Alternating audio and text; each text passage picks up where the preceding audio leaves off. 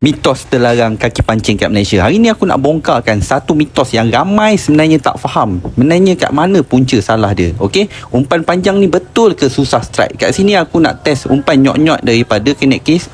Jig head pun daripada Kinetic Kids. One set lah senang cerita, okey. Umpan nyok-nyok ni dia memang panjang, geng. Okey, kat sini apa punca strike, geng? Hari ni aku nak main heavy cover, okey. Kat sini kita boleh nampak memang panjang. Tak tipu, ni saiz 1 ke saiz 2 hook ni, tak pasti, okey. Tapi memang pendek, umpan panjang. Kita nak tengok. Aku nak main ketuk-ketuk, okey. Heavy cover ni aku nak main bottom. Ada tak? Okey, nak main ketuk-ketuk nyok-nyok ni senang je, geng. Kau baling sampai bawah, biarkan umpan ni akan floating, ekor dia akan floating. Kau ketuk je, okey. Ketuk bagi ada reaksi je, okey. Bila dah ketuk tu, biarkan. Okey, nak main je ketuk-ketuk, biar je macam tu, geng. Okey, kau tengok kat sini ada strike tak ada strike, geng. Meletup, geng. Okey, terus ketuk, geng. Okey, terus ketuk. Okey, kat sini kau boleh nampak kat mana dia ketuk.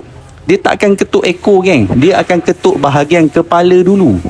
Okey, umpan panjang, umpan pendek, dia akan ketuk bahagian kepala dulu. Dia tak akan ketuk bahagian ekor, geng. Okey, ni yang salah faham, okey, geng.